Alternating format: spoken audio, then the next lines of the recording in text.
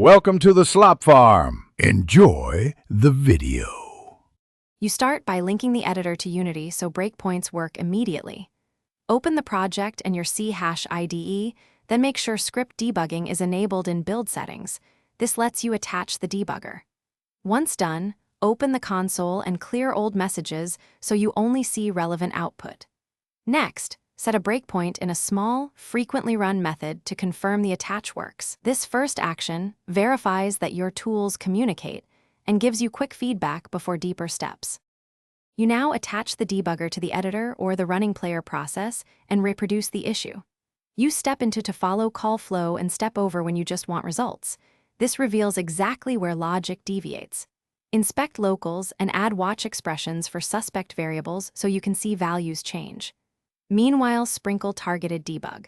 Log statements for state snapshots. Once done, filter the console by tag or text to reduce noise. This combination of stepping and logging explains both how and why behavior occurs. You make a minimal fix and rerun the exact scenario to validate the change. Keep tests consistent so results are meaningful. Compare editor play mode versus a built player if behavior differs, because runtime conditions can change.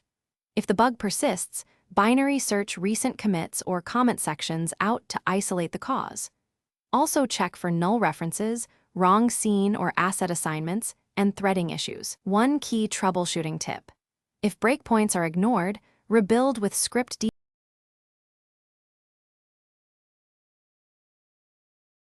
Thanks for watching.